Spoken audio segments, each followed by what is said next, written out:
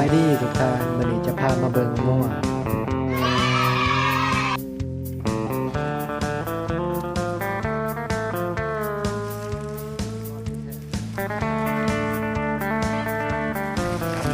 ตามมา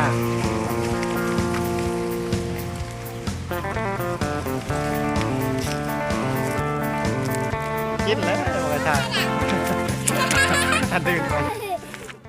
มื้อนี้จะพาพี่น้องทุกท่านมาเบิ่งตัวจริงกันว่าหญ้าหวานมีผลดีต่อสุขภาพสัตว์หลายปานใด Okay. หญ้าที่ปลูกเลี้ยงสัตว์จะปลอดภัยจากสารเคมี เพราะว่าเราจะใส่ปุ๋ยคอกเท่านั้นประเภทเป็นแกบเป็นมูลสัตว์ต่างๆให้ทุกท่านสังเกตเบิ่งงัวแต่ละตัวมันจะมีแต่ตัวอ้วนๆพี่ๆเพราะว่ามันได้กินหญ้าสดมันจะมีโปรตีนสูงถึง 20% กินเพียงวันละเล็กหน่อยก็เฮ็ดให้สัตว์อ้วนได้เพราะว่าถาดอาหารมันครบอยู่แล้วบ่คือเฟืองแห้งจะกินหลายปานใดก็ได้แต่ปริมาณแต่ถาดโปรตีนบ่มีหลายเท่าหญ้าสด